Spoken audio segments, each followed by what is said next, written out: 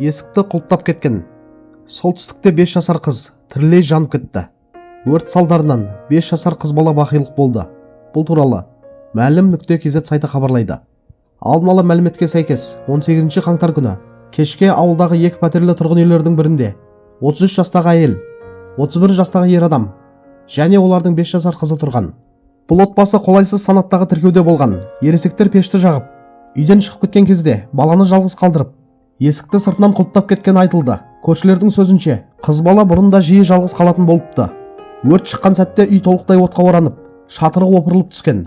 Оқиға орнына келген өрт сөндіру бөлімшелері тілсіз жаумен ұзақ уақыт күресіп, өртті сөндіруге 35 қызметкер мен 11 бірлік техника жұмылдырылды. Алдын ала болжам бойынша, пешпен жылыту кезінде өрт қауіпсіздігі талаптары сақталмаған. Өртті сөндіру аяқталғаннан кейін құтқарушылар үйінділер арасынан баланың мәйітін тапты.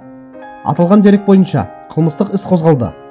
Сонымен қатар полиция марқұм қыздың анасына қатысты да қылмыстық жауапкершілік мәселесін қарастырып жатыр.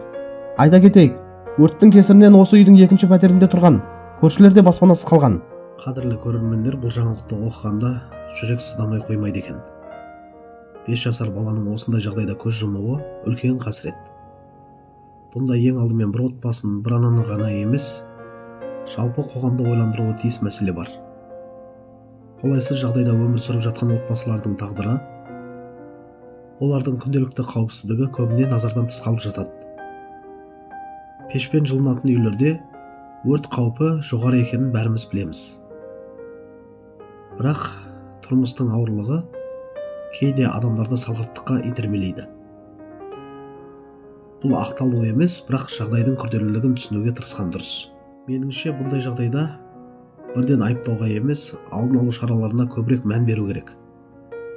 Әлеуметтік қызметтер, жергілікті билік, көршілер бәрі бірігіп, осындай отбасыларға ертерек қолдау көрсетсе, бәлкім бұндай қайғылы жағдайлар азаяр ма еді.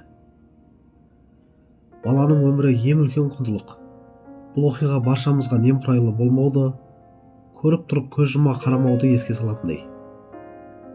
Қайғыға ортақтасып, бұндай жағдайдың қайталанбауына бәріміз атсалысуымыз керек шығар.